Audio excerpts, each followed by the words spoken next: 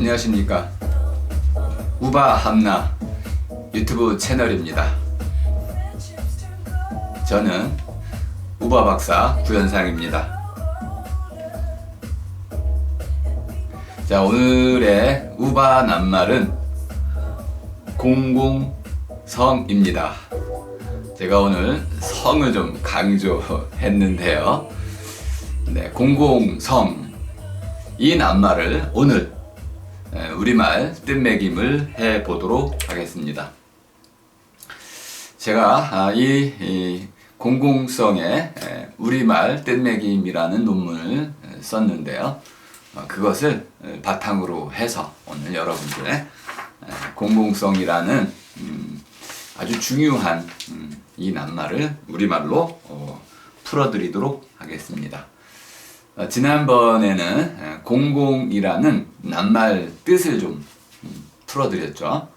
오늘은 이제 거기에 성이라는 한 낱말이 더 붙어서 공공성이라는 낱말을 풀어드릴 텐데, 이것을 저는 오늘 모두 성이라고 바꿔 쓸 수 있다라는 그런 제안을 하고자 합니다. 먼저 제 논문을 가지고 여러분께 뜻매김을 해드리는 관계로 제 논문의 이제 흐름의 그 줄기를 좀 말씀을 드리겠습니다. 논문의 흐름 줄기, 이걸 보통 이제 가람이라고 할 수 있는데요. 절에 가면은 이런 가람도라는 것이 있습니다. 배치도이죠. 흐름의 줄기, 흐름이 어떻게 이루어졌는지 그 가람을 이렇게 짜 나가는 것. 이걸 여러분이 이해하시면 논문을 이제 읽을 때 아주 편하게 따라갈 수가 있겠습니다. 이걸 우리는 흔히 스토리텔링이다라고도 말하곤 하는데, 스토리라는 말은 이야기라는 뜻으로 쓰인 게 아니고 여기서는 줄거리란 뜻으로 쓰였습니다. 스토리텔링은 줄거리 짜기 이렇게 이해해 두시면 되겠습니다. 모든 글에는 그런 줄거리가 있게 마련이고 그 줄기에 어떤 나름대로의 어떤 배치가 있게 마련이어서 그 가람을 먼저 잘 짰을 때 좋은 글이 될 것입니다. 자, 이 제 논문의 흐름의 줄기는 크게 세 갈래로 나누어 볼 수가 있습니다. 첫째 줄기는 뭐 아주 간단합니다. 공공성이라는 이 낱말 속에 아주 중요한 낱말이 공공이겠죠. 이 공공의 낱말 뜻이 무엇인지를 간단히 요약해 드리고 있습니다. 이건 이미 제가 논문을 쓴 것을 기초로 또 바탕으로 해서 글을 줄여온 거니까 이렇게 공공의 낱말 뜻 분석이라는 논문을 살펴보시면 되겠습니다. 두 번째 줄기는 공공이라는 이 낱말이 우리가 스스로 만들어낸 우리의 갈말이 아니고 번역어이기도 한데 단순 번역어가 아니라 차용어라고 쓸 수 있습니다. 일본 학자들이 공공이라는 한자 낱말로 번역한 것을 우리가 스스로 번역하지 않은 채 그냥 한자로 쓰여 있다 보니까 그대로 빌어다 쓰는 거죠. 근데 이것이 기본적으로는 퍼블릭이라는 잉글리시 낱말에 이제 뒤쳐 옮긴 낱말이기 때문에 번역 문제가 발생을 하고 있습니다.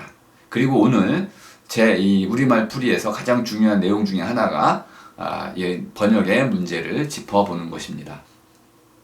그리고 이제 제가 새 이제 줄기에 따라 가지고 오늘 전체적으로 풀어드릴 텐데, 마지막에는 그럼 이걸 어떻게 우리가 새로 우리말답게 제가 우리말답게 바꿔 볼 것이냐, 우리말답게 바꿔서 우리말답게 바로 쓸 것이냐, 이 문제를 지금 던지게 된다면은 그러면 우리말을 좀 만들어야겠네요. 없다면 만들면 되는 거죠.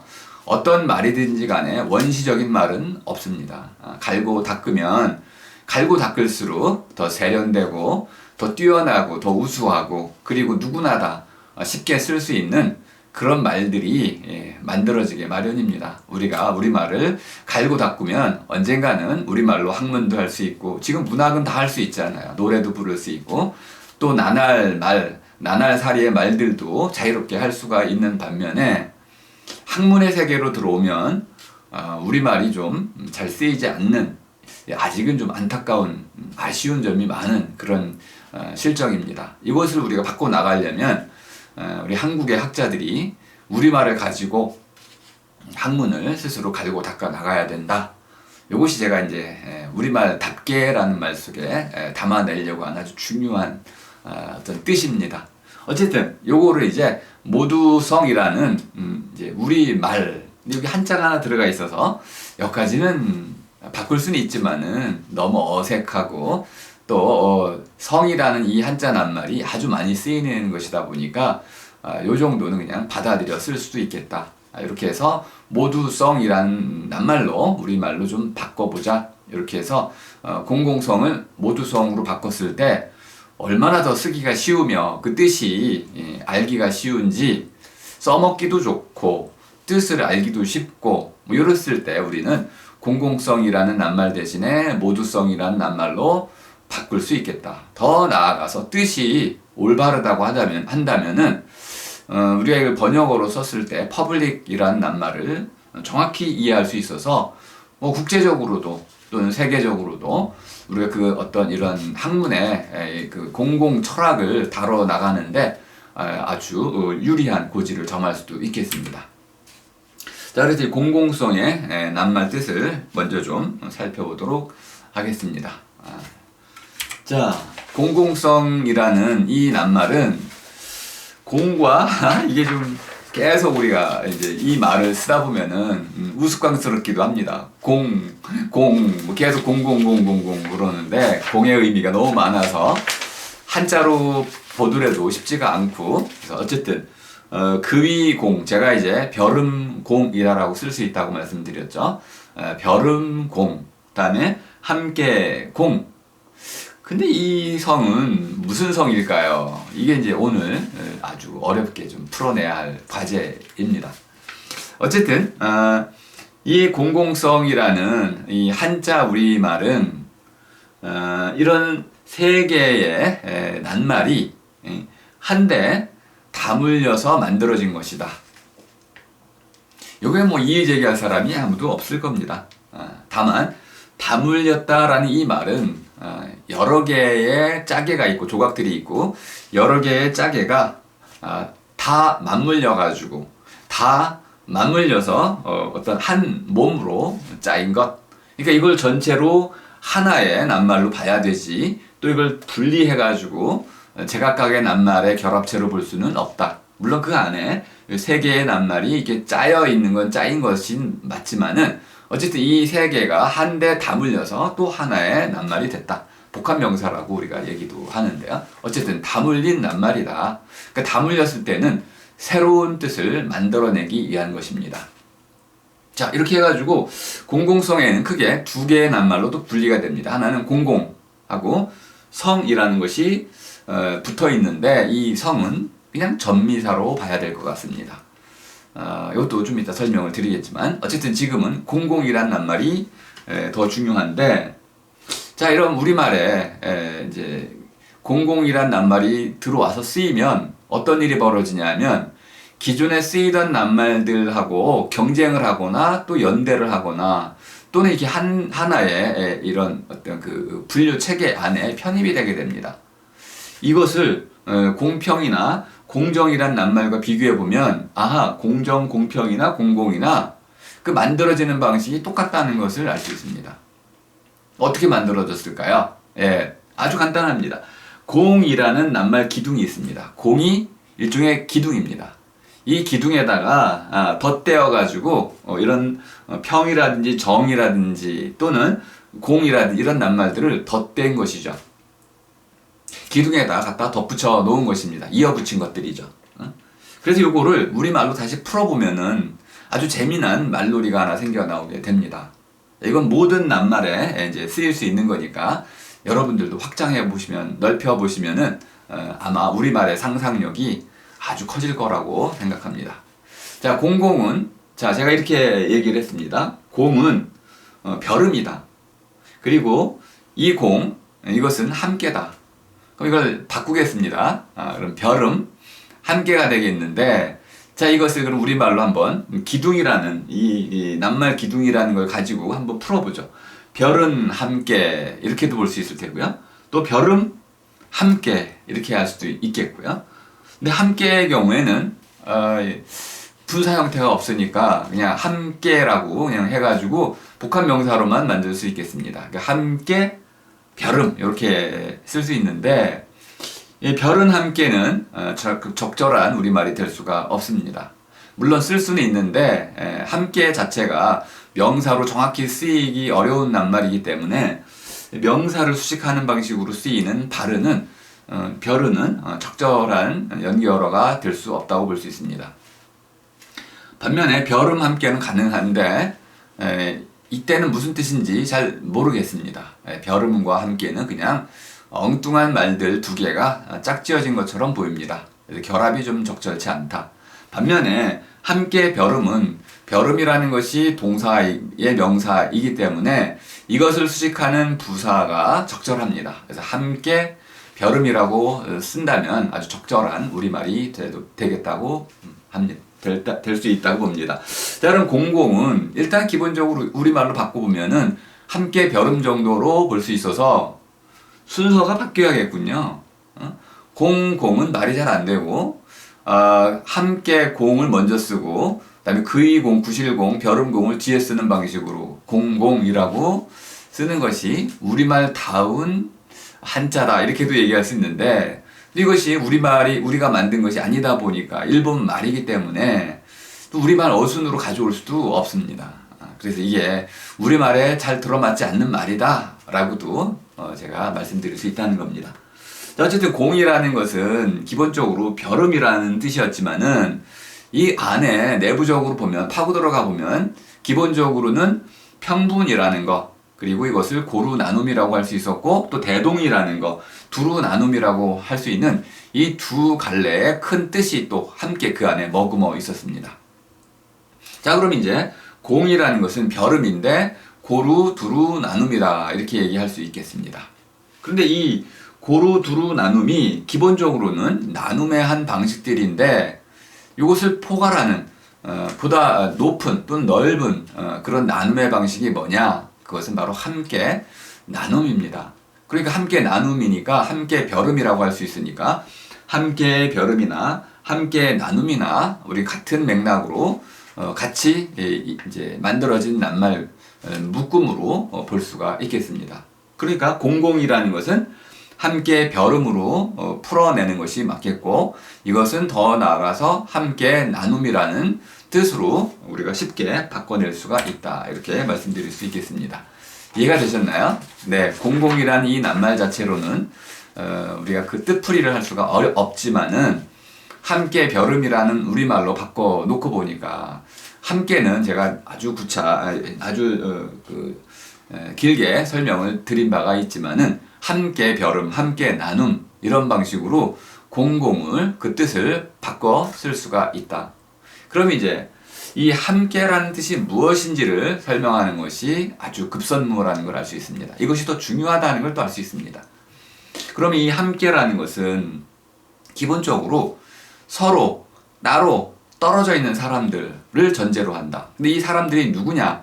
저마다가 자기를 나라고 부르는 그런 사람들, 스스로 나라고 제가 이름을 붙였죠.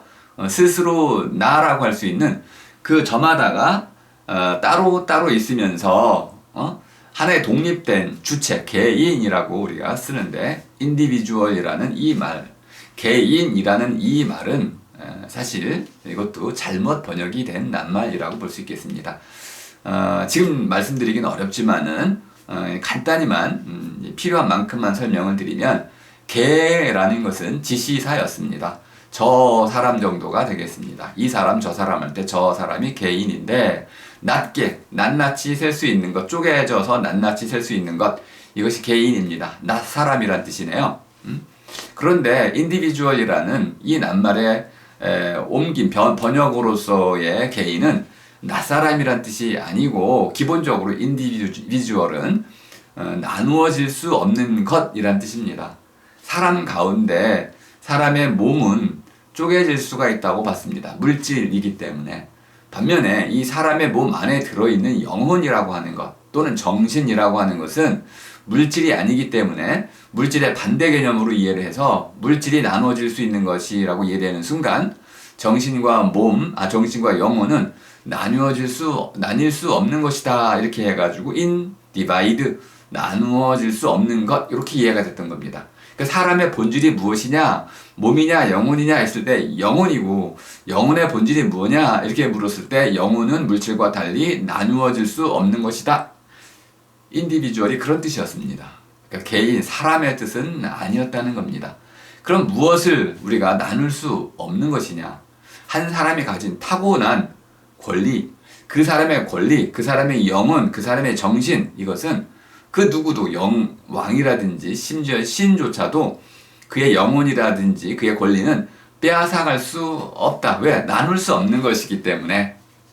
그렇게 해가지고 사람의 본질을 나뉠 수 없는 것이라고 하는 영혼이나 그 권리로부터 찾으려고 했던 근대 서양 철학자들의 어떤 강렬한 꿈이 담겨있는 낱말이었습니다. 근데 그걸 사람이라고 번역을 했으니 아주 잘못된 번역이 되는 거죠.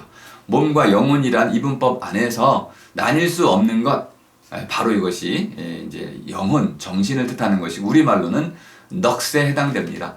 이 넋이 바로 사람의 본질이다 라고 하는 그 권리는 어디에 있느냐, 우리 몸에 있지 않고 사람의 넋에 있는 것이다, 이렇게 주장하는 이런 논의에서 이제 인디비주얼이라는 말이 나왔는데, 그것을 또 우리가 일본어를 통해 받아들이면서 그것을 그냥 개인이라고 번역을 해버렸습니다. 그냥 차용 빌어다 쓴 거죠. 근데 이 개인이란 낱말은 저 사람 정도의 뜻이고 나 사람 정도의 뜻이기 때문에 인디비주얼의 의미를 전혀 살리지 못했습니다. 어쨌든 이렇게 서로 따로 있는 사람들이 누구냐, 권리의 주체다 또는 행위의 주체다, 제가 이렇게 말씀을 드렸죠. 스스로 나이다. 근데 이 스스로 이 사람들은 혼자 있을 때는 함께가 될 수 없다고 말씀드렸습니다.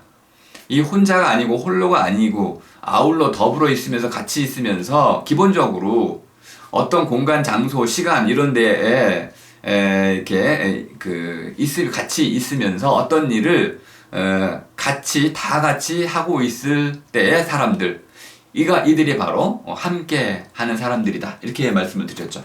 그리고 이 함께 하는 사람들의 주체는 바로 우리라는 이름으로 불린다. 스스로 나가 따로따로 떨어져 있는 사람이라고 한다면은 이들이 모여가지고 함께 했을 때는 그들은 우리라고 서로를 부른다. 나도 그때는 나라고 불리지 않고 우리라고 불리게 된다. 그래서 우리 주체라는 말을 쓰기도 했고 우리 관계라는 말을 제가 쓰기도 했습니다. 함께는 어떤 관계일까요? 서로의 관계인데 서로의 관계는 어떤 관계일까요? 우리 관계다. 그럼 우리는 무슨 뜻일까요? 운명 공동체와 같은 것이다 라고 또 설명을 드렸습니다. 그래서 함께라는 것은 이제 서로 따로 떨어져 있던 사람들이 어떤 일을 다 같이 하면서 서로 어울려 있는 것, 이것이 바로 함께다. 동의가 되시나요? 네, 여러분 스스로 판단해 보시면 되겠습니다. 혹시 제 함께에 대한 제 뜻매김이 적절치 않다고 보면은 여러분 스스로 바꿔나가실 수 있죠. 바꿔나가시기 바라고요. 자, 그럼 이제 공공의 함께의 뜻은 잘 이해가 됐는데, 별음 함께까지는 됐는데, 새로운 낱말 하나가 덧붙여졌습니다. 성이라는 낱말입니다. 이 성이라는 낱말은 우리 이제 동양 철학, 성리학에서는 너무 중요한 낱말이죠. 성리 할 때 그 성자인데요. 자, 이 성이라는 건 도대체 무슨 뜻일까요? 이것이 아주 어려운 이제 풀이를 과정을 거쳐야 되는데, 기본적으로 저는 이 성을 이제 홍성민 선생님이 풀어준 바대로 그냥 전미사라고 보겠습니다. 전미사라고 보는 건 너무 이제 간단히 보는 면도 있는데요. 그냥 그 구문론적으로 이제 하나의 이제 언어학적인 차원에서 기능적인 어떤 그 접사로 보려고 하는 거죠. 그러니까 뜻이 별로 없다고 보려고 하는 건데요. 어떤 꾸미거나 수식하거나 어떤 기능을 첨가하는 정도에 불과한 본래의 뜻은 없다, 이렇게 이제 보려고 하는 것인데요. 꼭 그렇게만 볼 수는 없지만 기본적으로는 전미사의 기능을 갖는다, 이렇게 일단 이해했습니다. 자, 공공에 붙어있는 이 성이라는 것은 기본적으로 성질 또는 상태, 정도, 이것을 나타내는 겁니다. 그럼 우리말로 보면은 성질이나 상태나 정도를 나타내는 우리말은 스럽다라는 말이 있습니다. 뭐뭐 여자스럽다, 남자스럽다, 여성스럽다, 스럽다. 이 스럽다라는 것은 그런 성질을 갖고 있고 어느 정도는 그런 상태에 있고 또 그러한 정도가 됐다라는 겁니다. 또는 우리말로 되다나 답다도 가능합니다. 근데 이런 말들이 아직 우리말로 학술어로 쓰일 정도로까지 아직 성장을 못했습니다. 그래서 지금은 성이라는 한자 낱말을 아직은 쓰도록 하겠습니다. 하지만 이것을 바꿔보고 싶다면은 스러움 또는 다움, 조금 더 일반적으로는 됨, 그래서 공공됨 이렇게도 볼 수 있겠다. 되다, 답다, 또 스럽다 이러한 전미사로 이것을 바꿔 쓸 수는 있는데 어쨌든 그렇게 넓게 이제 풀어볼 수도 있겠지만은 여기서는 한자 그 성이란 낱말을 전미사로 이해하고 받아들이겠다. 자, 그럼 사전적으로 공공성이 어떻게 정의됐는지 한번 살펴보도록 하겠습니다. 이걸 살펴보는 이유는 이 사전의 뜻이 공공성이란 이 낱말의 뜻하고 밀접히 관계되어 있기 때문에 그렇습니다. 그러면 내용적으로 보면 사회 구성원 전체에 끊고 두루 관련되는 끊고 성질 이렇게 되어 있네요. 그러면 어떤 공이라는 것은 맨 앞에 있는 이 공이라는 별음 공자라는 것은 모든 사람에게 라고 볼 수도 있는데 모든 구성원이니까 사실 뒤에 있는 함께 공이 먼저 쓰였죠. 네, 우리말 사전에 보니까 순서를 별음 공자부터 쓰지 않았습니다. 두루 관련되는 이라고 하는 별음 공자를 먼저 풀지 아니하고 함께 공자를 먼저 풀어놨죠. 그러니까 우리말 사전을 편찬하신 분들은 암암리에 한자 순서 대신에 아까 제가 말씀드린 함께 별음이라는 우리말 순서로 바꿔서 이 낱말을 풀었다는 것을 알 수 있습니다. 그러니까 국어학자들마저도 이렇게 풀고 있으니까 이것은 분명히 글자의 위력보다는 말의 힘이 더 크다라는 것을 뭐 이렇게 조금 보여주는 하나의 증거 자료가 되지 않을까요? 자, 이것을 가지고 이제 한번 그럼 이 안에 쓰인 이 낱말들의 의미는 어떻게 제식으로 풀 수 있는지 다시 한번 바꿔보도록 하겠습니다. 자, 일단 사회 구성원 전체라고 말한다면은 우리 모두가 되겠죠. 함께의 뜻이 여기 담겨 있습니다. 우리 모두, 우리의 주체, 우리가 주체가 되는 그런 사람들의 모임, 그것이 바로 함께였잖아요. 그러니까 사회 구성원 전체를 나타내는 이 낱말은 바로 함께 또는 우리 모두를 나타내는 말이다. 네, 뭐 여기 이의 제기할 수는 없습니다. 두 번째는 두루 관련된다는 게 뭘까요? 당연히 별음의 뜻 가운데 고루 두루 나눔 가운데 두루 나눔이 거기 있었네요. 그러니까 별음과 관계되어 있다는 걸 알 수 있습니다. 세 번째로 그럼 성질이라는 게 뭘까요? 성질이란 말을 설명하려면 맹자부터 뭐 공자, 맹자, 주역까지 다 거론이 돼야 되는데 일단 맹자와 순자가 말하는 성개념을 가지고 그 뒤에 나오는 뭐 주자까지는 내려오기는 좀 어려울 것 같습니다. 어쨌든 그 포함이 되어 있지만은 기본적인 뜻을 가지고 성을 풀이한 다음에 이제 우리 공공성에 붙어 있는 전미사의 뜻을 좀 살펴보도록 하겠습니다. 자, 성질할 때 이 성은 기본적으로 타고난 것이란 뜻입니다. 요 생자라는 것은 생겨났다는 뜻이죠. 근데 이 생기다라는 이 낱말은 한자가 아닙니다. 우리말로는 원래는 삼기다입니다. 삼기다. 이 삼기다가 이렇게 저렇게 바뀌어서 생기다가 됐다고 그럽니다. 이것도 우리 국어학자들이 밝혀주신 내용입니다. 제가 뭐 임의적으로 이렇게 추론한 게 아니고 국어학자들의 연구 결과가 그렇습니다. 그러니까 삼기다가 발음이 이제 생기다로 바뀌었다는 겁니다.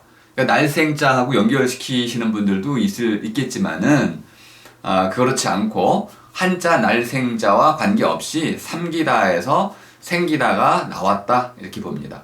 그러면 이제 삼다라는 말을 여러분이 이해하실 겁니다. 뭐 예를 들자면은 나는 그녀를 내 아내로 삼았다. 네, 삼았다는 말이 아주 자연스럽게 쓰이는 부분입니다. 어떤 사람을 무엇으로 사위로 삼았다.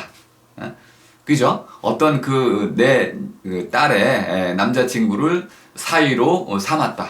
여겼다 하고 좀 다른데요. 삼다라는 것은 우리 이제 실을 가지고 꼬듯이 옷으로 만들듯이 어떤 하나의 직물을 만드는 거, 이것이 바로 삼다입니다. 그러니까 삼다에는 큰 여러 복잡한 과정들이 있지만 이 복잡한 과정들을 거쳐서 결국은 하나로 꼬아서 한 덩어리가 되게 만드는 거, 이것이 바로 삼다입니다. 그러니까 생기다 하면은, 삼기다 하면은 여러 개의 줄기들, 갈래, 이렇게 가닥들이 있어서 이 가닥들이 한데 꼬여가지고 하나의 꼴을 갖추게 된 거, 이것이 생기다, 삼다 이렇게 생기다입니다. 그러니까 생기기 위해서는 뭐가 필요합니까? 그 가닥들이 필요합니다. 실들이 필요한 거죠. 줄기들이 필요하고, 실 이런 것들이 밧줄 이런 것들이 필요해가지고 원래 제 모습을 갖추고 있는 것들이 있고, 이것들이 누군가에 의해서 하나의 줄로 다시 꼬여가지고 꼴을 갖춰지게 되면은 그것이 생겨난 것이 되겠습니다. 그럼 아이가 생겨나는 것도 그렇겠죠. 난자와 정자가, 물론 그것은 실은 아니지만은 DNA라고 이해해 보시면 이 실이 이렇게 서로 또 만나가지고 풀리고 만나고 해가지고 또 하나의 수정란을 만들고, 이 아기가, 뱃속 아기가 자라서 그가 이제 결국 10개월 뒤에 이제 엄마 뱃속에서 나오면은 태어나는 거잖아요. 그러니까 태어서 삼겨진 거죠. 태어서 태라는 게 엄마의 뱃속에 있는 공간을 얘기하는 거니까 그 엄마 뱃속에서 잘 삼겨져서 그리고 나서 바깥으로 나왔다, 태어났다, 이런 뜻이군요. 나왔다, 이런 뜻입니다. 자, 그러니까 생기다라는 말을 전제로 해서 타고났다는 말이 이제 쓰일 수 있다는 걸 알 수 있습니다. 생기지 않으면은 어떤 것도 그 안에 탈 수가 없습니다. 말이 좀 이상한가요? 네, 호랑이 등에 올라탄 사람, 도둑, 알죠? 예, 호랑이 등에 올라탔다. 말 등에 올라탔다. 불이 나무에 달라붙었다. 불이 탄다. 어떤 것이 어떤 것에 달라붙어가지고 같이 움직이는 거, 이것이 타다이잖아요. 타고 난다라는 것은, 그러니까 어떤 것이 어떤 말이라든지 또는 나무와 같은 것에 옮겨 붙어가지고 떨어지지 않은 채로 그것과 같이 움직여 나가는 것, 이것이 타다입니다. 그러니까 어떤 것이 생겨났는데 그 생겨난 것이 우리 몸이라고 한다면은 이 몸에 무엇이 그러면 타고 있는 걸까요? 우리 몸에 탄 것은 무엇입니까? 일단 기본적으로는 생김새가 탄 거죠. 생김새, 꼴은 태어난다기보다는 타고난 것이라고 볼 수 있습니다. 또는 손을 가지고 무엇인가를 쥘 수 있다. 이렇게 쥘 수 있다. 그럼 손이 있어도 못 쥘 수 있는 사람이 있잖아요. 힘이 없거나 신경이 끊기고 그러면 손이 있어도 무엇인가를 쥘 수가 없는데, 자, 쥘 수 있다. 그러면 쥘 수 있음. 손을 쓸 수 있음. 입이 있어서 입으로 말을 할 수 있음. 이런 능력들, 소질들, 재능들, 이런 것들은 타고난 겁니다. 그러니까 생겨난 것 안에 이런 소질, 씨앗들이 담겨 있다가 이 씨앗들이 때가 되면은 뭐 걸음마를 배우고 말하는 걸 배우고 먹는 법을 배우고 그때그때마다 자라면서 무엇인가 배워 나가죠. 배운다는 것은 밖에 있는 것을 안으로 받아들인다는 뜻인데요. 하나 둘씩 받아들여가지고 자기 것으로 만들어가지고는 걸음을 걸을 수 있고 뛰게 됩니다. 그럼 이것이 바로 타고난 어떤 것, 걸을 수 있음, 뛸 수 있음, 이 가능성, 소질, 씨앗, 이것을 키워낸 것이죠. 타고난 것은 이렇게 해서 길러낼 수 있는 겁니다. 누구나 그런 것을 갖고 있고 그것을 잘 길러내면 그것이 잘 커지면 그 사람은 뛰어난 사람이, 빼어난 사람이 될 수 있는 거죠. 어쨌든 타고난 것은 생겨난 것 안에 깃들여 있는 것입니다. 그런데 깃들여 있을 뿐이지 이것이 그대로 가만히 내버려두면 타고난 것이 겉으로 드러나질 않습니다. 겉으로 드러나도록 하려면 갈고 닦아야 됩니다. 갈고 닦으면 나중에 그것이 커지고 또 능력도 더 출중해져 가지고 세상에 큰 일을 할 수 있게 되는 거죠. 자, 타고난 것은 어쨌든 생겨난 것 안에 깃들여 있는 것이다. 씨앗과 같은 형태로 잠재된 형태로 숨겨져 있다. 숨겨져 있기 때문에 어느 순간 드러날 수가 있다는 뜻을 갖추고 있습니다. 물론 때를 기다려야 하기도 하지만 어쨌든 성이라는 것은 생겨난 것 안에 이렇게 숨겨져 있는 것, 그것이 바로 타고난 것이다. 자, 그런데 그것이 성이라고 우리가 일반적으로 말할 수 있는 것입니다. 사람다움도 그런 거겠네요. 누군가가 이제 철이 들었다. 그러면은 철이 들 때까지 기다려야 되잖아요. 철이 안 들면 철 든 짓을 안 하잖아요. 그러니까 철이 들 때까지 기다려야 되는데, 또 하나 이제 질이라는 말도 좀 굉장히 어려운 말입니다. 바탕질이라고 우리가 얘기하는데, 바탕이라는 것이 무슨 뜻일까요? 밑이란 말은 뭐 쉽게 설명할 수 있습니다. 어떤 걸 떠받쳐주는 게 밑이네요. 밑의 반대말은 끝이란 말입니다. 끄트머리, 올라가서, 사람의 경우에 제가 지금 앉아있으면 앉아있는 사람의 경우에 밑은 어디가 되겠습니까? 엉덩이가 되겠네요. 그럼 끝은 어디가 되겠습니까? 나아가는 쪽이니까 머리 쪽이 끝입니다. 그러니까 밑도 끝도 없다라는 말을 우리가 쓸 때 밑이라는 것은 어떤 걸 떠받치는 쪽이니까 어떤 것의 유래, 말미암아서 오는 이 유래를 나타내는 게 밑입니다. 과거를 얘기하겠네요. 반면에 이제 끝이라는 것은 이렇게 나아가는 그 마지막 자리를 얘기하니까 끄트머리, 어떤 여기 이제 봤을 때 쭉 이쪽으로 나아가면 마지막 자리에 다다르게 되는데, 이 마지막 경계의 자리, 가장자리, 이것을 끝이라고 합니다. 그럼 사람의 경우에는 이렇게 어떤 것이 움직이는 것에서 나아가는 쪽에 마지막 자리, 그것이 끝이니까 사람의 경우에는 서 있어서 이렇게 위가 머리 쪽이 끝이 되고 발바닥이 아래쪽이 밑이 된다는 걸 알 수 있습니다. 나무의 경우에는 뿌리가 밑이 되고 줄기 잎이 끝이 되겠습니다. 그러니까 밑이라는 개념은 쉽게 설명할 수 있는데, 바탕이라는 말은 좀 뜻이 좀 어려운 것 같습니다. 밭이라는 것은 기본적으로 무엇인가 씨앗을 심어서 그것이 이제 자랄 수 있는 어떤 흙을 얘기하는 거잖아요. 근데 바탕이라는 것이 단순히 흙을 얘기하는 것은 아니고 어떤 것을 받아들이는 자리다. 그럼 기둥이 있다면은 기둥을 받아들이는 자리, 그것은 바닥이라고 얘기할 수 있겠습니다. 밑 바닥. 바닥이 있고 바탕이 있는데, 기본적으로 바닥이라는 것은 어떤 그 안으로 이것을 받아들일 수도 있지만은 그것을 자라게 할 수는 없어요. 근데 밭이라는 것은 받아들일 뿐만 아니라 어머니처럼 품어가지고 그것이 자랄 수 있도록 해주는 것, 이것은 밭입니다. 이 밭이 되는 것이 어떤 사물, 밭이 되는 사물, 그것을 밭앙이라고 하는데, 연음하면, 이었으면 바탕이 되는 겁니다. 그러니까 밭이라는 낱말은 바닥과 같은 것이지만은 바닥과 다른 점이 그것을 품어서 어머니처럼, 그리고 그것을 자라게 해준다, 이런 뜻을 갖고 있습니다. 그러니까 이렇게 타고난 것과 관련해서는 바탕이라는 낱말을 쓰기가 아주 적절하다는 걸, 알맞다는 것을 알 수 있습니다. 자, 그러면 이제 이렇게 성질이라는 것은 무엇이냐? 타고난 어떤 것을 받아들여서 그것이 자라도록 해주는 밑바탕이다. 이렇게 설명을 할 수 있는데, 이렇게 설명해도 사실 그 뜻이 명료하지는 않습니다. 왜? 우리가 그렇게 쓰지 않았기 때문에. 저 같은 경우는 아주 뜻이 잘 들어오지만은 아마 처음 들으시는 분들은 제 말이 더 어렵게 느껴지실 수도 있겠습니다. 어쨌든, 자, 내가 무엇인가를 타고났어요. 그것은 주로 말할 수 있는 능력이거나 또는 걸을 줄 아는 어떤 능력이거나 이런 또 나름대로 사회 생활을 해 나갈 수 있는, 사람과 관계를 맺을 수 있는 도덕성, 이런 것들을 타고났잖아요. 근데 이런 걸 타고났는데 이게 어디에 지금 들어있는 걸까요? 이것이 어디에 깃들여 있는 걸까요? 그것을 받아들여가지고 그것을 자라게 해주는 것이 어디일까요? 우리 그것을 흔히 마음이라고 얘기하는데, 오늘날 마음은 이제 뇌라고도 많이 얘기하고 있으니까 어쨌든 몸이라고 말할 수 있겠군요.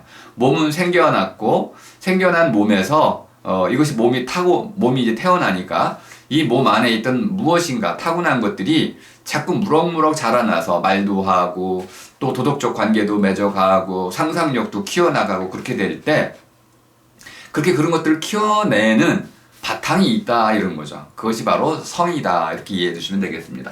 그럼 공공성이라고 할 때 그 성은 어떤 뜻인가요? 이 함께하고 또 벼름하는 이 어떤 능력을 이렇게 키워내는 그 밑바탕, 이렇게 이해하실 수 있겠습니다. 이해가 좀 쉬워졌는지 반대로 이해가 더 어려워졌는지 모르겠습니다. 쉬워졌길 바라고요. 자, 그럼 이제 공공의 모두잡이를 한번 해보도록 하겠습니다. 모두잡이란 말이 또 여러분에게 낯설게 느껴지실 텐데요. 모두라는 말은 계속 설명을 드렸는데 모두 뛰기라는 말이 있습니다.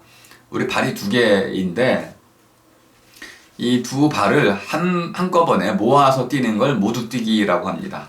그러니까 모듬이라고도 할 수 있고 뭉쳐서 여러 개를 가지런히 이렇게 모아놓은 상태, 이것이 모두입니다. 그러니까 잡이라는 것은 손잡이처럼 잡을 수 있는 어떤 물건을 얘기합니다.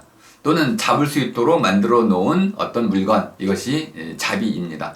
그러니까 모두 잡이니까 여러 개를 한꺼번에 이렇게 그려질 수 있는 그런 손잡이 정도로 이해하시면 되겠습니다.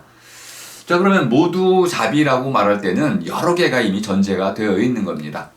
자, 그런데 이것이 한자로는 개념입니다. 개념과 모두잡이 너무 달라요. 이렇게 이제 아이고 여러분들이 좀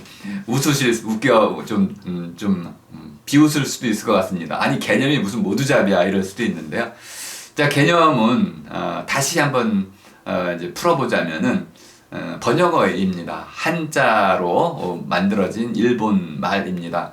이것이 원래 출발어라고 하죠. 원래 번역한 낱말은 컨셉이고 베그리프라는 독일어입니다. 잉글리시로는 컨셉이고 원래 이제 라틴어에서 온 거죠. 컨셉, 컨캡투스. 그리고 이제 독일어, 독일 말에서는 베그리프입니다. 요거까지 이해하시면은 모두잡이란 이 새로운 뒤쳐 옮긴 말이 그렇게 이상하게 보이지는 않을 수도 있습니다. 제가 설명은 좀 여기 못 해놨지만은 자, 일단 한자부터 설명을 하고 잉글리시하고 도이치 설명한 뒤에 다시 모두잡이로 와 보겠습니다. 자, 개라는 것은 평밀해란 뜻입니다. 평평하게 미는 어떤 밀대. 예전에는 쌀을 팔 때 되나 말로 이렇게 재어서 팔았는데요. 자, 이렇게 어떤 그릇에다가 이렇게 쌀을 이렇게 담은 뒤에 수북이 담은 뒤에 이렇게 평평한 밀대로 쓱 밀으면은 한 말이 되는 거죠. 이렇게 한 말. 그러니까 미는 밀대, 이것이 이 개라는 말의 의미입니다. 평평하게 미는 밀대를 얘기하는 거군요. 뒤에 나오는 이 념이라는 거는 생각념이라는 건 뭐 다 아실 겁니다.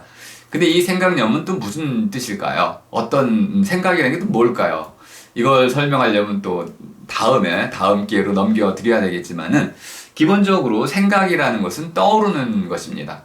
떠오르지 않는 것은 생각이 아닙니다. 머릿속에 떠오르는 것, 이것이 생각인데 생각은 어떻게 떠올라질까요? 물음을 통해서 떠올라집니다. 이게 뭐지? 라고 하는 간단한 이 물음을 통해서 수많은 것들이 떠올라집니다. 저절로 막 떠올라지죠. 이 떠올라진 것들, 이것이 바로 념입니다.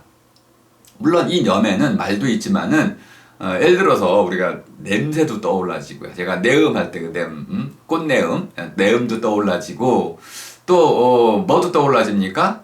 모양도 떠올라지고요. 또 엄마의 얼굴 같은 것도 떠올라지고 또 어떤 과거의 어떤 기억들도 떠올라지잖아요. 이렇게 해서 어쨌든 내 머릿속에 지금 떠올라진 것, 이것이 념입니다. 그러니까 념이라는 이 낱말은 떠올라진 생각이란 뜻이군요. 근데 떠올라진 생각을 평미래로 뭐 어떡한다고요? 그 이상한 낱말이라는 걸 금방 아실 수 있습니다. 개념이란 이 낱말 자체는 정말 터무니없는 낱말입니다. 다만 이해할 수는 있습니다.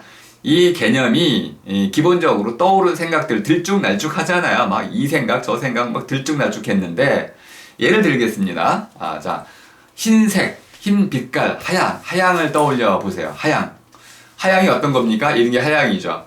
근데 뭐 물건에도 하양이 있고 자동차에도 있고 또 구름도 있고 하얀 빛깔이 뭐 한두 가지가 아니잖아요. 그 빛깔마다 다 다르죠.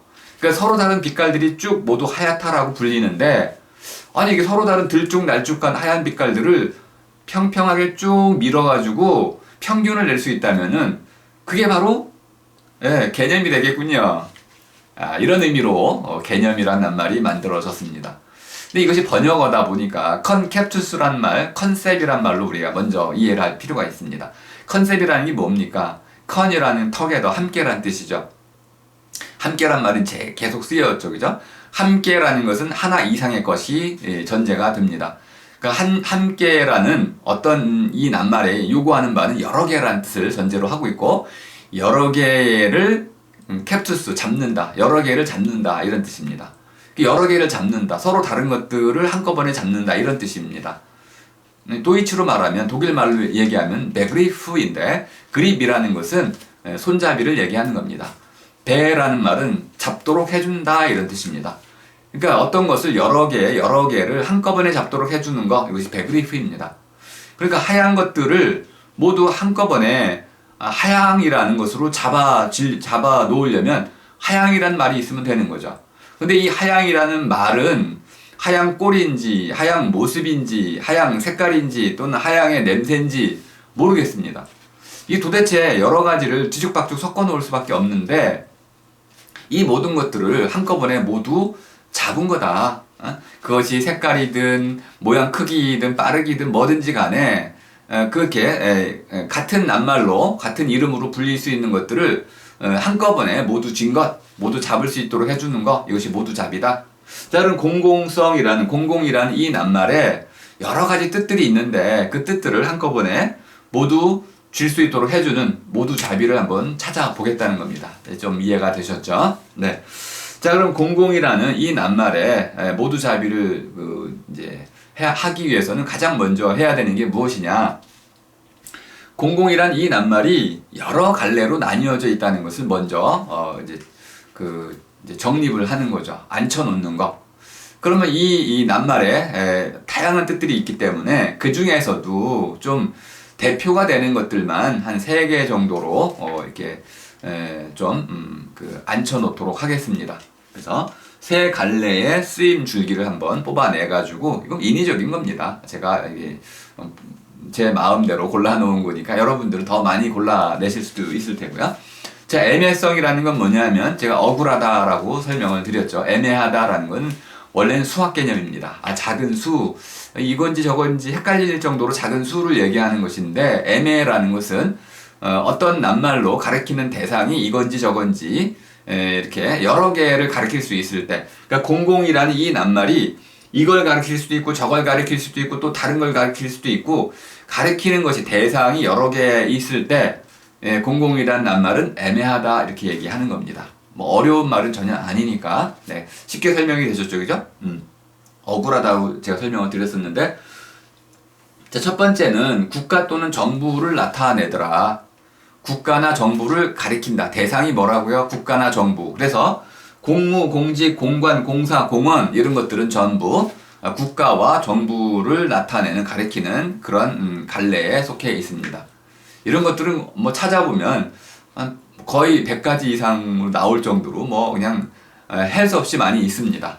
뭐 아실 거고. 그다음에 시민사회의 활동을 나타내는 쪽도 있더라. 시민사회, 국가나 정부는 아니고 시민단체와 관련된 활동들, 그래서 공유라든지 참여라든지 개방이라든지 공개 이런 것들, 이런 것들이 바로 이제 공공이라는 낱말의 갈래에 또 속하는 것들이더라. 또 하나는 이제 공공이라는 것이 서양에서 들어온 개방성, 공개성 이런 낱말로 오픈리스로 이해되는 맥락이 있더라. 그런데 자, 오늘은 이것을 크게 3줄기로 다시 나눠보도록 하겠습니다. 첫 번째 줄기는 번역어로 쓰이는 줄기다. 이것이 아주 중요한 겁니다. 우리가 지금까지는 공공이란 낱말을 그냥 써왔는데, 공공이 번역어라면 보통 우리가 도착어라는 말과 출발어라는 말을 번역하게 해서 씁니다. 출발어라는 것이 원래 원어를 얘기하는 겁니다. 본뒷말이 있고 그 본뒷말을 이렇게 옮겨와가지고 우리말로 바꾼 것이 있죠. 그 뜻을 뒤쳐가지고 우리말로 옮겨왔습니다. 그 뜻을 이렇게 맞는지 안 맞는지 뒤쳐 한번 맞춰봐가지고 우리말로 뭐라고 옮겼습니다. 그 옮긴 말, 그것을 우리는 도착어라고 합니다. 이쪽에 출발해가지고 이쪽에 도착했을 때 우리말이 그러니까 결국은 도착어가 되겠습니다. 그러니까 우리말로 옮겨진 그 말이 이게 부정확하다면, 애매하거나 뜻이 좀 명료하지 않다면 어떤 과정을 다시 거쳐야 되겠습니까? 네, 번역의 과정, 뒤쳐 옮김의 과정을 다시 해봐야 되겠습니다. 오늘 그 작업을 좀 집중적으로 해볼 테고요. 또 하나는 이제 공사라는 낱말의 대비를 통해서 이것을 한번 이해해보는, 사라는 말의 반대 개념으로 이해되는 것, 그리고 마지막으로는 시장의 반대 개념으로 이해되는 것. 근데 이것은 제가 이미 그 두 번째 줄기와 셋째 줄기는 공공의 낱말 뜻 분석이란 논문에서 이미 충분히 해드렸기 때문에 오늘은 이제 첫 번째 줄기인 번역 맥락을 주로 소개해 드리도록 하겠습니다. 자, 첫째 줄기 번역이다. 번역이라는 것이 무엇이냐에 대해서는 제가 예전에 쓴 논문, 번역은 뒤쳐 옮김이다 라는 논문을 좀 살펴보셔도 되겠습니다. 자, 일단 일본말 공공이 우리가 받아들인 말입니다. 그러니까 우리는 퍼블릭을 받아들인 게 아닙니다. 공공이라는 일본 말을 받아들였습니다. 근데 일본 이것이 번역어니까 퍼블릭이라는 말을 옮긴 것입니다. 퍼블릭이라는 말을 옮기면서 일본 말에서 이 공은 기본적으로 정부나 국가를 뜻하는 말이었습니다. 그리고 함께 공은 시민사회를 뜻하는 말이었습니다. 그리고 이 복수형 퍼블릭스 할 때 이 복수가 붙은 s가 붙은 이 낱말은 보통 공공권이라고 번역이 됐고 그냥 형용사로 쓰였을 때는 공공적이라고 번역이 됐습니다. 우리가 지금 그대로 다 쓰고 있는 낱말들이죠. 우리 번역한 적이 없습니다. 차용이라고도 제가 썼죠. 빌려다 쓴 건데 마치 우리가 번역한 것처럼 착각을 하고 쓰고 있는 겁니다. 우리 번역을 좀 새로 해야 될 필요가 있습니다. 근데 이것은 또 한편에서는 이 퍼블릭이라는 이 말이 도이치, 독일말 에센트리카이트의 번역어였어요. 그러니까 에센트리카이트라는 이 도이치, 독일말이 출발하고 다시 퍼블릭니스라는 이 말이 도처가 번역어가 됐었습니다. 그러니까 아주 복잡하게 얽혀 있군요. 우리가 번역의 이 맥락을 모른 채 그냥 공공만 써대니까 도대체 이름의 공공이 무슨 말인지 알아들을 수가 없게 된 거죠. 저도 몰랐습니다. 연구를 해서 겨우 알아듣게 된 거고요. 어쨌든 이 말 속에 독일말이 가장 원천이라고 한다면은 에센틀리카이트라는 이 낱말 속에 숨겨져 있는 가장 중요한 뜻이 무엇일까요? 오펜이라는 말입니다. 잉글리시는 오픈이죠. 오픈. 개방성이라고도 하는데 열려있다. 열다. 오픈. 열다. 우리 오픈식 한다고도 하죠. 그죠? 오늘 가게 오픈했습니다. 이렇게 쓰는데 열었습니다. 라는 말입니다. 열다. 이 열다는 무슨 뜻일까요? 열다라는 말은 이제 열매주로 쓰이는 것이잖아요. 어떤 이렇게 맺혀 있는 것인데 이것이 숨겨져 있다가 싹을 틔워가지고 하나의 형태를 갖추게 되는 것, 이것이 열다인데 문을 또 여는 경우도 마찬가지로 열다라고 하는데 닫혀있던 것이 이렇게 닫히지 않는 상태로 바뀌는 것, 이것이 열다입니다. 열매도 이렇게 닫혀있던 것에서 삐집고 나와가지고 틈을 벌리고 나와서 이렇게 두드러지게 나오는 것, 이것이 여는 것처럼 문도 닫혀있던 것이 이렇게 보이도록 만들어지면 그것이 여는 것입니다. 열다라는 개념은 기본적으로 드나들 수 있게 해주거나 또는 숨겨져 있던 것을 드러내주게 해주거나 이런 뜻으로 쓰이는 말입니다. 그러니까 오펜이라는 말로 이해될 수 있는 것이다. 그 오펜이라는 거하고 공공이라는 말하고 비교해 보니까 전혀 연결이 안 되네요. 네, 연결이 안 됩니다. 그러니까 우리가 원래 출발어에서 오펜, 열려 있음이라는 이 말을 잘못 해가지고 이렇게 공공유로 받아들였으니 공공 철학이니 공공성이니 공공 직무성 공공성 이렇게 쓸 때 이 말을 이해하는 것 자체가 사실 기적인 거죠. 물론 우리는 이런 기적을 잘 발휘하고는 있는데 어쨌든 이제는 좀 더 낱말 자체를 명료하게 쓸 필요가 있겠습니다. 어쨌든 열려 있음의 뜻으로 처음에 쓰이게 되는 것이다. 그 다음에 이제 퍼블릭이라는 낱말은 또 무슨 뜻일까요? 이렇게 이제 쓸 수 있는데, 이렇게 에센틀리카이트를 번역을 할 때는 처음에 퍼블릭으로 번역하지 못하고 이렇게 퍼블릭 스페이스, 퍼블릭 스피어라고 그러니까 이것이 일종의 이제 충격인 거죠. 이런 말이 해당되는 게 우리말이 없구나. 그러니까 이렇게 이 말 저 말을 연결해가지고 새로운 말을, 새로운 뜻을 창출해내기 위해서 말을 만들어야만 됐잖아요. 말을 만드는 과정 속에서 그 말이 풍요로워지는 겁니다. 우리말도 그런 과정을 거쳐왔고요. 한자로 만들다가 일본말로 만들다가 또 이제 독일어, 프랑스어, 라틴말 뭐 등등 또 이제 뭐 지금은 다 잉글리시를 받아들여 가지고 우리말을 풍요롭게 만들고 있잖아요. 그런데 이 풍요로워지면은 혼란도 커집니다. 그리고 잘 가지런히 우리말답게 바로 쓰는 이런 노력을 더 열심히 해야만 나중에 이런 혼란이 줄어들 거라고 봅니다. 자, 그럼 이제 기본적으로 퍼블릭 스페이스라는 말 속에 들어 이 스페이스가 왜 떨어져 나갔을까요? 또 퍼블릭 스피어라는 이 스피어는 왜 떨어져 나갔을까요? 그리고 우리에게는 왜 퍼블릭만 남았고 퍼블릭이 이제 아예 공공이라는 낱말로만 받아들여지게 됐을까요? 이 부분이 이제 우리가 번역의 맥락을 놓쳤기 때문에 발생한 탈락, 의미의 탈락이다. 이렇게 이제 말씀드릴 수 있겠습니다. 자, 먼저 스페이스라는 말을 좀 설명을 좀 드려야 될 것 같습니다. 스페이스는 스파케레라는 말에서 비롯됐는데 우리가 공간이라고 번역을 했지만 스페이스는 기본적으로 이렇게 넓히다 이런 뜻입니다. 스페이스를 넓혀라 이렇게 그죠? 스페이스를 이제 만들어라 이렇게도 이제 우리가 흔히 쓰잖아요. 스페이스는 넓히기 위해서 해야 될 가장 중요한 방식이 있는데 부풀리는 방식도 있지만은 스페이스는 이미 주어진 자리에서 불필요한 것들을 치우는 겁니다. 야, 여기 좀 치워봐. 그럼 네, 어떤 장소를 자리를 차지하고 있던 뭐 의자를 치워버리면 거기서 우리가 뭔가 새로운 걸 갖다 놓을 수가 있잖아요. 이게 바로 스페이스의 뜻입니다. 뭔가 차지하고 있던 것을 이쪽에 저쪽으로 옮기면 그만큼 빈 공간, 빈 자리가 생겨서 거기다 무엇인가를 놓을 수 있죠. 이것이 바로 넓혀 놓음 또는 치워 놓음. 이것이 바로 스페이스라는 뜻입니다. 그러니까 스페이스라는 것은 넓히거나 또는 좁혀있던 것을 벌리거나 또는 여기 자리를 차지하고 있던 것을 치우거나 해가지고 마련해 놓은 자리인데 기본적으로는 놓을 자리란 뜻입니다. 스페이스는 무엇인가를 놓을 자리입니다. 예를 들어 이거는 독일어 도이치의 라움이라는 말과는 좀 다릅니다. 라움이라는 이 말은 어떤 일이 벌어지는 자리입니다. 그러니까 어떤 걸 놓을 자리가 있고 또는 어떤 일이 어떤 사건이 벌어질 자리가 있는 거죠.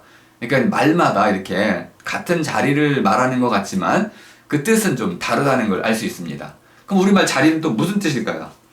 우리말 자리는 깔아놓은 겁니다. 그러니까 라움에 가깝습니다. 어떤 일이 벌어지도록 어떤 일이 마당을 펼치다 하듯이 자리를 깔아놓다 하듯이 어떤 것을 얽어가지고 어떤 일이 벌어질 수 있도록 마련해 놓은 것. 그러니까 일이 벌인 춤, 어떤 일이 벌어지도록 만들어 놓은 게 자리군요. 그러니까 스페이스를 우리는 자리라고 번역할 수도 있고 또는 이제 이렇게 공간이라고 번역할 수 있는데 그럼 공간은 또 무슨 뜻일까요? 이게 너무너무 또 끝이 없는 이야기가 돼버리는데 그래도 이미 나온 김에는 말씀을 좀 드려야 될 것 같습니다. 공간이라는 말의 의미는 공이라는 게 너무 중요한 낱말이에요. 공이 빌공자라고 얘기하잖아요. 근데 이 빌공자는 빌허자하고 많이 달라요. 빌공자 가장 중요한 뜻은 뭐냐면 그 공자가 우리 이제 달구라는 것인데 이렇게 떡매 같은 걸로 무엇인가를 다지는 기구입니다. 그러니까 이 무엇인가를 이제 다지는 기구인데 우리가 흔히 어디서 많이 쓰냐면 예전에는 무덤을 만들 때 많이 써요. 이렇게 다져가지고 흙을 다져가지고 구멍을 만들어냈습니다. 이게 공자예요. 그러니까 공이라는 건 뭐냐면 커다란 산이 있어서 그 산에 파고 들어가서 구멍을 내거나 흙을 다져서 마치 무덤 속에 관 자리를 만들듯이 그것을 파서 그 안에다가 텅 빈 어떤 것을 만들어 놓은 것, 이것이 바로 공입니다. 그리고 그 안에 무엇인가 안 채워져 있으니까 허무한 거죠. 그래서 이것을 이제 속이 텅 비다 이렇게도 말할 수 있습니다. 근데 간이라는 말이 너무 이제 붙어 있으니까 헷갈려요. 간이라는 건 무슨 뜻이냐면은 문과 문 사이에 문틈 사이로 비쳐 들어온 달빛을 얘기하는 겁니다. 그러니까 문틈 사이에 이렇게 무엇인가 빛이 비쳐 들어오죠. 그러니까 틈, 어떤 것이 벌어진 틈, 이것이 바로 간이라는 뜻이에요. 그런데 간에는 그런 틈만 있는 게 아니고 이것과 저것을 이제 막아놓는 그런 어떤 이제 뭐죠? 이쪽과 저쪽을 이렇게 이 방과 저 방을 이렇게 둘로 이렇게 갈라놓는 그런 벽을 간벽이라고 하잖아요. 그러니까 이 방과 이 방을 갈라놓는 벽, 그것도 간벽인데, 이럴 때는 무슨 뜻입니까? 이 둘을 갈라놓는 벽이다, 이런 뜻으로도 이해가 되네요. 그러니까 간자라는 게 기본적으로는 틈이란 뜻도 있지만은 갈라놓은 것을 갈라놓는 것, 또는 갈라놓을 자리를 채우는 것, 이런 뜻도 있어요. 그러니까 간이란 말이 여러 가지가 있으니까, 공간하면은 기본적으로 이렇게 무엇인가 구멍, 어떤 걸 속이 텅 빈 그 사이에 어떤 것이 이렇게 벌어져 있는 어떤 틈을 얘기하는 것이다, 이렇게 이해하시면 되겠습니다. 그러면 이제 공간이라는 것은 무엇인가를 이렇게 치워놓은 자리라기보다는 또는 무엇인가 놓을 자리라는 스페이스의 원래 뜻하고는 좀 거리가 멀고 이렇게 텅 비워놓은 그러한 어떤 틈, 이것을 얘기하는 거다. 그러니까 이제 빈 사이라고도 말할 수 있는데 스페이스하고는 뜻이 멀어졌습니다. 이해가 좀 되셨나요? 스페이스는 무엇인가 놓을 자리인데 반해서 공간이라는 것은 이렇게 어떤 구멍, 이렇게 비어있는 사이를 얘기하는 거다.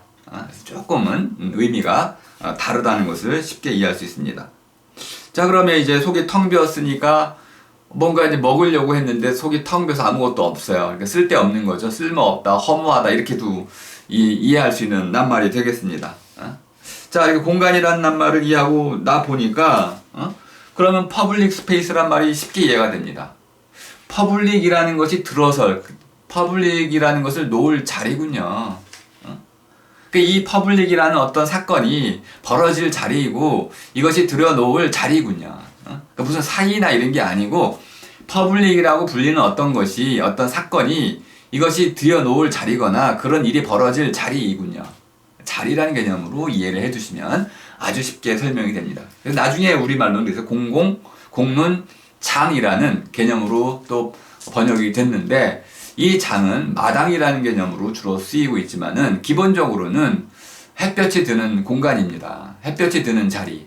그러니까 무슨 어떤 사건이 벌어지는 자리가 아니고 햇볕이 쨍쨍 내리쬐는 그런 자리를 말하는 것이기 때문에 새 우리말로 자리로 쓰는 것이 훨씬 적절할 수도 있을 것 같습니다. 어쨌든 이렇게 해서 공공성의 공간이다, 공공이라는 일이 벌어지는 그런 자리를 나타내는 것이다, 이렇게 이해하시면 되겠고요. 자, 그럼 이제 공공이라는 말이 이제 사라는 말과 대립해서 어떻게 쓰이는지, 이거 뭐 많이 설명을 드렸으니까 이제 맨 아래 부분만 좀 보겠습니다. 이 맨 아래에 설명된 내용들이 아주 핵심인데요. 공적인 삶을 나타내는 말이다. 한나 아렌트의 이야기를 가지고 왔는데요. 공적인 삶이라는 게 무엇일까요? 이 두 가지로 일단 정의를 내렸습니다. 하나는 행위할 권리다, 이렇게 이제 봤죠. 근데 행위할 권리, 이게 또 우리말로 번역이 잘 됐을까요? 이게 또 문제가 됩니다. The right to action이라고 했는데, action이라는 게 뭘까요? 행위라는 건 무엇일까요? 먼저 action부터 설명을 해야겠네요. action이라는 말의 의미는 아게레라는 말에서 왔는데, 기본적으로는 영향을 미치다, 영향을 끼치다, 이런 뜻입니다. 아빠가 누구에게, 서로가 서로에게 영향을 주고받는 것, 이것이 action입니다. 그러니까 단순한 행위가 아니고, 뭐 예를 들어 무의미한 행위들이 있잖아요. 혼자서 이렇게 하는 행위들 말고 나의 어떤 움직임이 다른 사람에게 어떤 영향을 끼치는 것, 이것이 바로 액션입니다. 그러니까 나의 하나의 행동이 다른 사람들에게 다양한 의미 있는 영향을 미칠 때, 이것이 액션이다. 이해가 되셨나요? 의미 있는 행동, 다른 사람에게 영향을 주는 행동, 이것이 행위다. 근데 이 행위란 말은 우리말로는 알아서 하는 겁니다. 알아하기. 그냥 아무렇게나 저절로 움직이는 것이 아니고, 이것을 어떤 것을 하기 위해서 어떤 목적이나 목표를 갖고 그걸 이루기 위해서 알아서 하는 것, 알아하기, 이것이 행위입니다. 그러면 이제 right이라는 것도 무슨 뜻일까요? right은 오른쪽이라는 뜻이잖아요. 오른쪽이라는 것은 어떤 호를 쥐고 있는, 왕권을 쥐고 있는, 권력을 쥐고 있는, 권위를 쥐고 있는, 정의를 쥐고 있는 손을 얘기하는 거죠. 그러니까 올바르다라는 뜻을 또 갖고 있습니다. 그러니까 right은 오른손일 뿐만 아니라 올바르다는 뜻도 있고, 또는 권리와 권력이라는 뜻도 갖고 있는 겁니다. 자, 그러면 무슨 권리일까요? 이렇게 액션할 수 있는, 남에게 영향력을 발휘할 수 있는, 무시당하지 않을 뭐 그런 뜻을 함축하고 있습니다. 자, 이렇게 이제 이 권자는 제가 한자를 안 써놨네, 그죠? 권자라는 거는 아주 쉽게 설명을 하면 경찰이 그 도둑을 체포할 어떤 법적인 권리를 갖고 있잖아요. 이거 어떤 힘을 갖고 있는데 이 힘, 어떤 것을 행사할 수 있는 그런 힘, 그것이 바로 권입니다. 저는 이것을 불일 힘이라고 쓰고 있는데요. 도둑을 잡거나 어떤 이런 나에게 어떤 일을 할 수 있도록 부여되어 있는 주어진 그런 힘, 그것이 바로 권이다, 이렇게 이해하시면 되겠습니다. 이 권세라고도 우리가 얘기할 수 있고, 그러니까 권리할 때 이 권은 권세란 뜻이고요, 힘이란 뜻이고요. 리라는 것은 이익이란 뜻입니다. 두 낱말이 또 다물린 것이죠. 권과 리가 다물린 낱말인데, 권이라는 것은 바로 힘을 뜻하는 낱말이다. 리라는 것은 이익이란 뜻인데 우리말로 바꾸면 몫이란 뜻입니다. 그러니까 이 두 가지를 합치면은 불일 몫이 되겠습니다. 불일 힘. 내가 마음대로 내 것을 마음대로 써먹을 수 있을 때 그때 쓰는 것이 불일 목, 불일 힘. 내 마음대로, 내 거 내 마음대로 하는데 네가 웬 참견이야? 내 마음대로 부려 쓸 수 있는 것, 이것이 불일 힘입니다. 사람도 내가 마음대로 부릴 수가 있죠. 예를 들어서 내가 이제 무슨 집에 공사를 한다고 하면은 돈을 주고 이거 해주세요 그러면 그 사람 내가 부려 쓰는 거니까 그때 불일 힘. 그럼 나는 돈을 주니까 불일 몫이 있는 겁니다. 이렇게 해가지고 불일 힘 또는 불일 목 또는 제목 또는 쓸목 이렇게 얘기할 수 있는. 그러면 무슨 뜻이 됩니까? 어떤 몫을 갖고 있다 이거죠.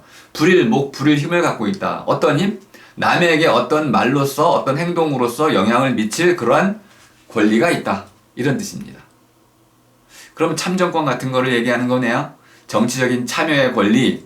남에게 예를 들어서 우리가 무슨 구청에 가가지고 왜 이거 안 해줍니까? 라고 요청할 수 있는 권리. 이런 사회적인 힘. 이런 권리를 갖고 있어야 된다는 겁니다. 내 목소리가 사회에 반영될 수 있는 그런 권리를 얘기하는 거군요. 단순히 행위할 권리가 아니고 내 어떤 하나의 행동을 통해 가지고 사회적으로 다른 사람들에게 어떤 영향력을 미칠 수 있는 그런 권리가 있어야 된다. 대표적으로 참정권이 바로 그런 겁니다. 의사결정 권리 이런 겁니다. 투표권 같은 것이 바로 그런 거죠. 또는 민원을 제기할 권리 이런 것들이 바로 우리에게 주어져 있어야 된다. 그게 바로 공적인 삶이라는 겁니다. 이런 삶을 살지 않는 사람은 그냥 사인, 뭐 사인이란 말이 나쁜 건 아니지만 어쨌든 공적인 삶을 박탈당한 사람이다. 이렇게 한나 아렌트가 설명을 했습니다. 두 번째 것은 의견을 피력할 권리라고 했는데 이게 또 어려움이 뭡니까? 의견이란 말이 또 어렵잖아요. 오피니언은 그냥 쉽게 이렇게 볼 수 있습니다. 보는 바. 눈이 있으면 보는 거죠. 물론 마음의 눈도 있습니다. 이해라고 우리가 할 수 있는 알아보는 것.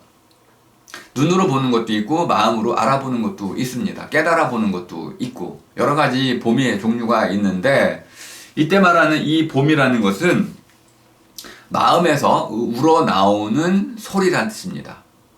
조금 어렵나요? 예. 의견할 때 이 의라는 게 마음에서 우러나는 소리란 뜻입니다. 의견할 때 견이라는 것은 눈으로 본다는 뜻이고 그럼 마음에서 우러나는 소리를 본다 이런 뜻이 되겠군요. 그러면 마음에서 이렇게 울려 퍼지는 어떤 목소리를 듣는다 이런 뜻이 되겠군요. 또 좀 더 얘기하면은 저는 이제 마음 복이라고 바꿔 쓰고 있는데 의견이라는 게 뭐냐? 마음으로 보는 바. 그러면은 마음으로 보는 바를 겉으로 드러낼 수 있어야 된다 이런 뜻입니다. 그러니까 마음으로 보는 것, 마음 보기, 마음으로 본 바, 마음으로 가진 생각, 뜻 품은 생각, 자신의 뜻을 겉으로 드러낼 수 있어야 된다. 그러니까 뜻 밝히기 정도가 되겠습니다. 그러니까 나는 뜻을 밝힐 수 있는 권리가 있다, 표현의 자유가 있다라는 뜻입니다. 이해가 되셨나요? 네, 하나는 내가 남에게, 다른 사람에게, 나 위에 다른 사람에게 나의 행동을 통해 가지고 영향력을 미칠 수 있는 권리가 있는 것이고요. 참정권 같은 거, 투표권 같은 거, 의사결정권 이런 것이 있어야 되고 또 하나는 자신의 생각, 마음속에 품은 생각들을 남에게 겉으로 밝힐 수 있는 이런 권리가 주어져 있어야 된다. 이것이 공적인 삶이다. 이런 것이 박탈당한 삶, 그것이 바로 사적인 것이다. 이렇게 해가지고 공사를 반대 개념으로 한나 아렌트가 썼다는 것입니다. 우리가 그것을 아무런 비판 없이 그대로 가지고 들어오는 바람에 공사가 마치 반대 개념이 됐다라고 제가 앞에서 설명을 좀 드렸습니다. 셋째 줄기는 이것도 좀 우리가 크게 반성을 좀 해볼 만한 대목이 있는 건데요. 자, 시장의 반대 개념으로 자꾸 쓴다는 뜻입니다. 제가 앞에 그 공공의 낱말뜻 분석 마지막 부분에 공공이라는 것은 기본적으로 시장에도 적용되어야 된다라고 말씀을 드렸습니다. 그러니까 공공이라는 것은 시장의 반대가 아니라는 걸 명확히 이제 해둔 것인데요. 근데 자꾸만 우리는 행정학이나 이런 데서는 이제 시장이라는 것과 공적 영역을 정반대되는 것으로 자꾸 이해해서 정부가 시장에 개입하면 그것은 시장을 죽이는 것이다. 이렇게 자꾸 설명을 해 온다는 겁니다. 근데 이것은 잘못된 접근이다. 이렇게 좀 일단 얘기를 해 드리고요.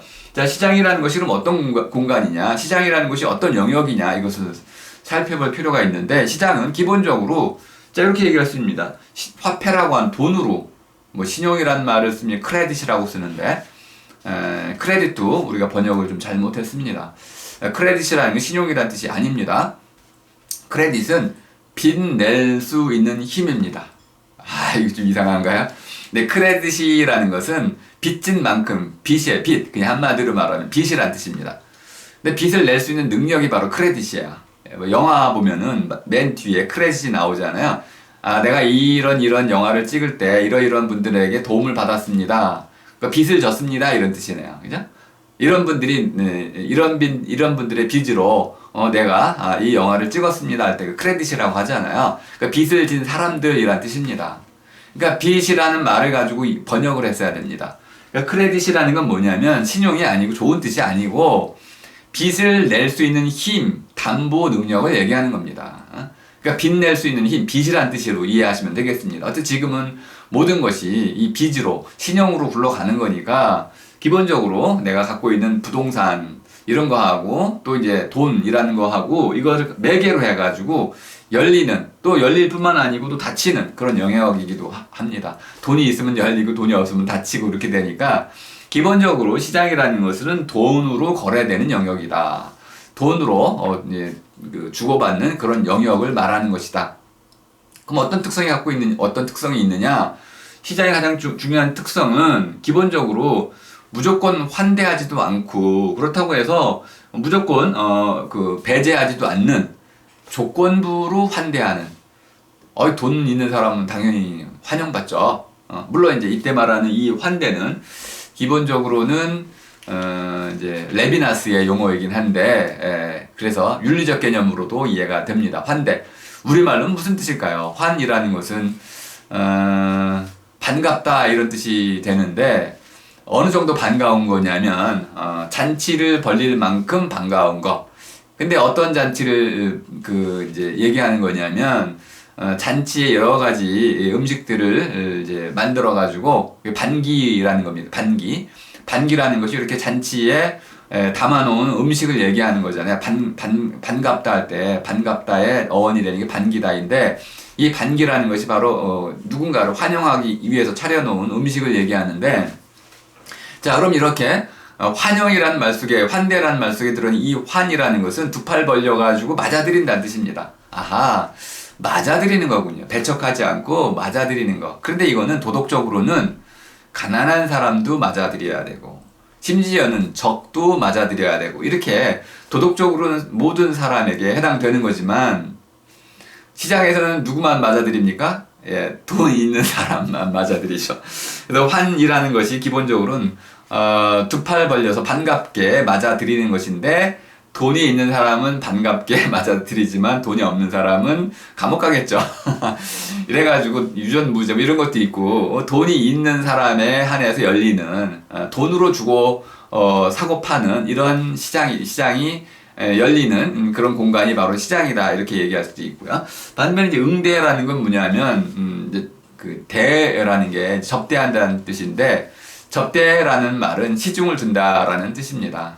그러니까 응이라는 말은 뭐 기본적으로는 이제 맞아들인다는 뜻인데, 맞아들여 가지고 그 사람이 요구하는 것들을 잘 모시는 거, 받드는 거, 그러니까 맞아서 받들어 모시는 거, 이것이 응대입니다. 우리말로 다 풀어낼 수가 있군요. 그러니까 시장이라는 것은 기본적으로 돈이 있는 사람이 환대받고 응대를 받는 것, 돈만 갖고 있으면 누구나 환대받을 수 있는 영역, 돈이 없으면 누구나 배제당하고 쫓겨나는 영역, 그러니까 돈이 중요한 영역이 바로 시장이다. 근데 이 시장에 왜 공공이라는 이 어떤 함께 벼름의 영역이 들어오느냐? 지켜야 될 요인들이 많이 있는 겁니다. 거래의 어떤 공정 거래라는 걸 지켜야 되는 거죠. 거짓말을 하면 안 되는 거, 이런 기본적인 도덕을 지켜야 되고요. 그 다음에 사기를 치면 안 되고요. 뭐 이런 것들 있잖아요. 그죠? 그 시장이라는 것이 무질서해지면 결국 돈으로 사고 팔 수가 없게 되니까, 요즘 라임 사태, 옵티머스 사태 이거 보세요. 돌려막기식으로 해가지고 엄청난 2조 원대의 이러한 그 사기극이 벌어졌잖아요. 이렇게 이런 공공성이 완전히 무너지는 시장에서는 그 시장일 수가 없는 거죠. 그러니까 시장도 시장이 되려면은 기본적으로 이러한 공공성이 기본적으로 갖춰져 있어야 된다는 걸 알 수 있습니다. 자, 그리고 시장과 공공의 관계는 다름의 관계이지 반대의 관계는 전혀 아니다. 이제까지 우리가 반대의 관계로 이해했던 것은 아주 잘못 이해한 것이다. 그리고 이것은 하버마스의 관점에서 보더라도 공공이라는 관점에서 우리가 시장을 이해하면은 어떤 식으로 이해가 되냐면, 기본적으로 부르주아라고 하는 이런 자신의 어떤 자본주의적인 이런 그 소유, 재산을 갖추고 있는 사람들이 사적 소유에 기반을 둔 자유로운 시민들, 개인들이라고 이제 부를 수 있는데, 이들이 서로 간의 이해관계를 따라서 시장의 원리에 따라가지고 이해관계에 따라가지고 어떤 관계를 맺을 때 뿐만 아니고 공적으로 정부와 관련된 공적인 영역에서도 관계를 맺을 때 모든 것을 공개적으로 이렇게 결정해 나가는 이러한 어떤 영역, 그것을 공공이라고 불렀다는 겁니다. 에펜틀레이카이트, 아까 잉글리시로는 퍼블릭 스페이스라고 번역을 했잖아요. 그러니까 이런 어떤 장인데, 어떤 장이냐면 모든 것을 공개적으로 하면서 그 안에서 서로 개방되는 논쟁을, 토론을 통해 가지고 의사결정을 해 나가는 그런 공간, 이것이 공공, 퍼블릭이란 말이 원래 갖고 있는 뜻이었다. 근데 한국에서는 시장이 이 공공의 반대로 봤던 것이죠. 얼마나 잘못 봤습니까? 시장이라는 것은 모든 것이 투명하게 거래가 돼야 되고, 계약서를 써야 되고, 또 어떤 공정거래, 공적인 질서에 따라가지고 이루어져야 되니까 법의 감시와 견제, 그리고 처벌, 이런 것들이 명확해져야 되는 거죠. 이번 옵티머스나 라임 사태는 왜 그렇습니까? 사모펀드 제도를 완화하면서 법이 그 완화된 만큼 더 촘촘하게 이러한 부정을, 이런 사기를 막을 수 있는 법적 장치들을 마련했어야 되는데, 박근혜 정부 2015년에 그걸 다 풀어주면서 법은 보완을 안 했잖아요.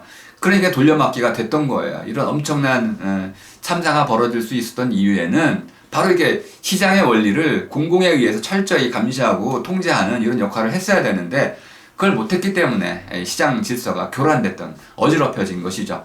이렇게 되면 우리는 모든 사람이 거기에 큰 피해를 입게 됩니다. 자, 제가 좀 시간이 좀 급한 것 같아서 말이 좀 빨라졌습니다. 일단 이렇게 해서 공공의 낱말의 뜻 갈래를 몇 가지로, 한번 세 가지로 살펴보았습니다. 이제 다음 시간에는 이제 아주 중요한, 그럼 이 출발어, 공공이라는 이 낱말이 번역어라고 한다면, 도착어라고 한다면, 그럼 출발어는 어떤 뜻을 갖고 있을까요? 요거를 좀 설명드리는 그런 시간을 좀 가져보도록 하겠습니다. 자, 우바함나 오늘 잘 들어주셔서 고맙습니다. 다음 시간에 뵙겠습니다.